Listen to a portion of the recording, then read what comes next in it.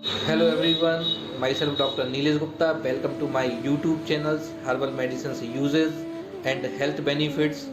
Nowadays, herbal or Ayurvedic medicine is a dynamic branch of medicine marked by the research and development, introduction of new drug and withdrawal of the older product. The various research centers worked in India and abroad for provide balanced information about the drug and their uses. It is said right information is power. Advance in the treatment and prevention of the disease by herbal or Ayurvedic drug have basically altered the practice of medicine over the past 50 years. जैसा कि आपको पता है आजकल का जिस तरीके का माहौल चल रहा है, इस समय पे नॉर्मली कफ कोल्ड या स्नीजिंग अगर किसी भी पेशेंट में पाई जाती है तो हर एक पेशेंट या पर्सन थोड़ा सा डर उसको हो जाता है कि कहीं कोविड का इफ़ेक्ट तो नहीं हो गया है। अब आज के वीडियो में मैं कॉमन कोल्ड कैसे एलर्जी में कन्वर्ट होती है और ये एलर्जी कैसे अस्थमा में कन्वर्ट होता है, और कॉमन कोल्ड अगर है तो ये किस वायरस से होगा, कोविड के कारण अगर होता है तो कोरोना के सिम्टम्स भी रह सकते हैं, लेकिन अगर कॉमन कोल्ड है तो कॉमन कोल्ड राइनो वायरस के द्वारा होता है। इसके जो जनरली सिम्टम्स होते हैं ये आपका throat infection, body pain, low grade fever, runny और स्टफी इसके कॉमन कोल्ड के एंड कफिंग, ये नॉर्मली सिम्टम्स होते हैं। और ये जो कॉमन कोल्ड है ये राइनो वायरस के द्वारा होता है। नॉर्मली एक एडल्ट पर्सन में एक साल में 3 से 4 बार ही ये कॉमन कोल्ड हो सकता है। अगर इसकी फ्रिक्वेंसी एक महीने में 3 से 4 बार होती है तो ये कॉमन कोल्ड एलर्जी में कन्वर्ट होता है।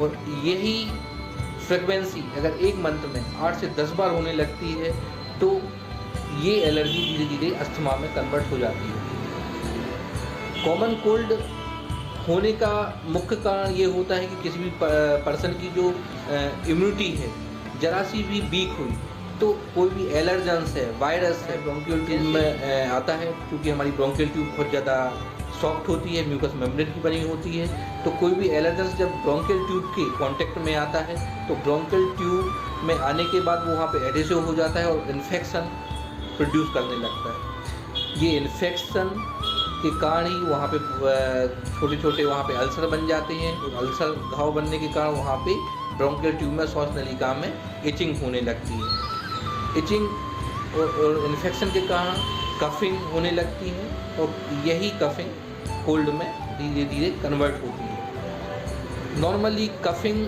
और कोल्ड का जो ड्यूरेशन है एक पर्सन में 3 से 4 दिन ये रहता है। नॉर्मली ये अपने आप ही ठीक हो जाता है, लेकिन फिर भी अगर ये किसी भी वजह से अगर ठीक नहीं हो पाता है तो तुलसी बटी, जो कि अतुल आयुर्वेद का बहुत अच्छा प्रोडक्ट है, और इसके साथ यष्टि मधु बटी जो कि हिमालय कंपनी, इन दोनों टैबलेट को एक एक गोली सुबह शाम खाने के बाद पानी के साथ लेने से कफ एंड कोल्ड ठीक हो जाता है। लेकिन कहीं अगर थोड़ी सी कफिंग रह जाती है तो इनके साथ सतपुरा कंपनी का एक कफनाशक सीरप को 2-2 चम्मच सीरप सुबह शाम खाने के बाद लेने से भी आपका कॉमन कोल्ड आसानी से ठीक हो जाता है। लेकिन इनकेस अगर ये कॉमन कोल्ड आपका, जैसा कि मैंने पहले बताया है कि एक महीने में 3 से 4 बार होता है, तो ये कॉमन कोल्ड नहीं है, ये एलर्जी है। तो उस एलर्जी को दूर करने के लिए इन मेडिसिन की जगह लक्ष्मी विलास रस, जो कि श्री धन्वंतरी का बहुत अच्छा प्रोडक्ट है, और संजीवनी बटी जो कि जमुना फार्मास्यूटिकल्स कंपनी का प्रोडक्ट है, इन दोनों टैबलेट की 2-2 गोली सुबह शाम लेने से, और साथ में बैद्यनाथ कंपनी का कांसामृत सीरप है ना को 2-2 चम्मच सुबह शाम खाने के बाद लेने से ये एलर्जी 2 से 3 महीने में आसानी से ठीक हो जाएगी। लेकिन अगर कॉमन कोल्ड की फ्रिक्वेंसी एक महीने में 8 से 10 बार होने लगती है, बहुत ज़्यादा कफिंग होती है, सांस लेते समय एक बीजिंग साउंड प्रोड्यूस होता है, सीटी जैसा साउंड प्रोड्यूस होता है, सांस लेने में घरघराहट होती है, इनहेल एक्सेल करने में प्रॉब्लम होती है।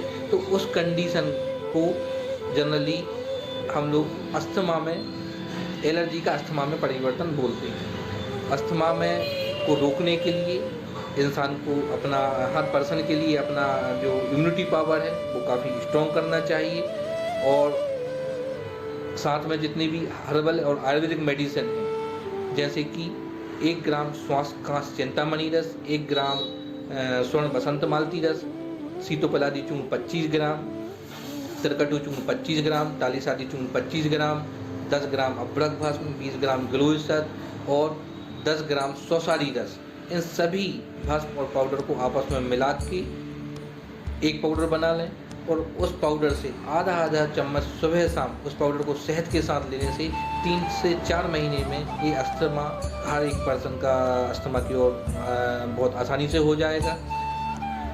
तो जो आयुर्वेदिक मेडिसिन है कॉमन कोल्ड, एलर्जी और अस्थमा को बहुत अच्छे तरीके से ठीक कर सकती हैं। अब अगर ये जो जिस तरीके का माहौल है, अगर राइनो वायरस के कारण ये इन्फेक्शन आया है तो इन सब मेडिसिन पे आपका हो जाएगा, और अगर कोविड के वायरस के कारण भी ये कफ एंड कोल्ड और एलर्जी आई है तो इन मेडिसिन उस वायरस को भी धीरे धीरे खत्म कर सकती हैं। होम आइसोलेशन में रह के कोविड से भी इन आयुर्वेदिक मेडिसिन के द्वारा बचा जा सकता है। आज का वीडियो आपको कैसा लगा?